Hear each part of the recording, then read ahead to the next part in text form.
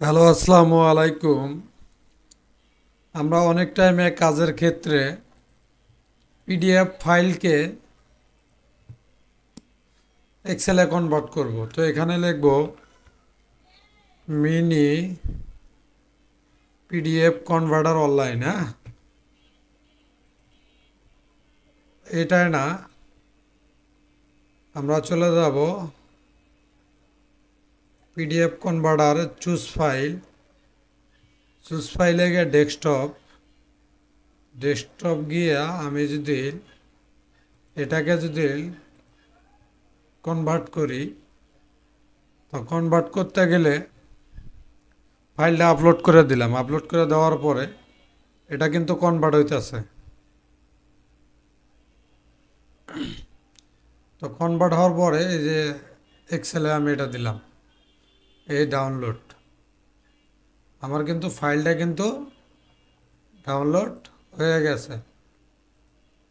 তো আমি কোন ফাইলটা এক্সেল বানাইলাম আপনাদের দেখাই।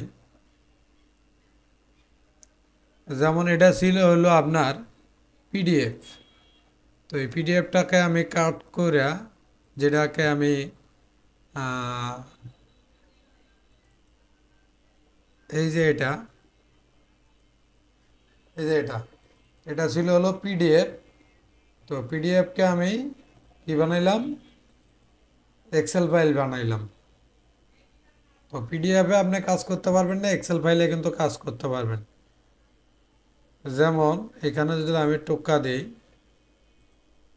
সাইজ দিব হলো একটু বড় সাইজ দিলাম। হ্যাঁ, বড় সাইজ দেওয়ার পরে লেখাগুলা কি হলো, লেখাগুলাকে আমি একটু মোটা করব।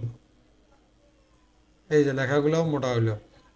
আর যদি এই লেখাগুলাকে যদি আমি একটু ছোট করি, এখানে সিলেক্ট করে, তো এই লেখাগুলাকে আমি একটু ছোট করতে পারবো বা বড় করতে পারবো। হ্যাঁ, ছোট করলাম।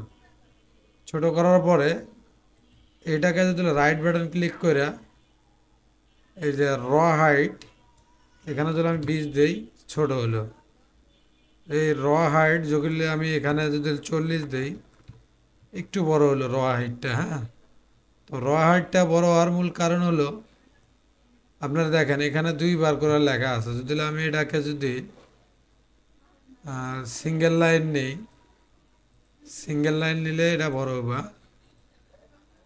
এই সিঙ্গেল লাইন নিয়ে আমি কাজ করব। এখানে চাপ দিব সিঙ্গেল লাইন, তো এখানে চাপ দিব সিঙ্গেল লাইন। হ্যাঁ,